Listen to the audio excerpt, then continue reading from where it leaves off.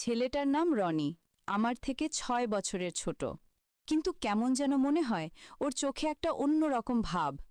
আমি প্রথমে পাত্তা দিইনি, ভাবতাম ছেলেটা ছোট। কিন্তু ধীরে ধীরে সেই হাসির শব্দ, সেই হাঁটার ছন্দ, সেই চাহনির স্থিরতা আমার ভেতর অজানা অস্থিরতা জাগাতে লাগল। বিকেলে যখন আমগাছের ছায়ায় কাপড় শুকোই, দেখি ওর দৃষ্টি আমার গায়ের দিকে আসে, আবার সরেও যায়। এমনভাবে যেন কিছু লুকোচ্ছে, অথচ লুকোচ্ছে না।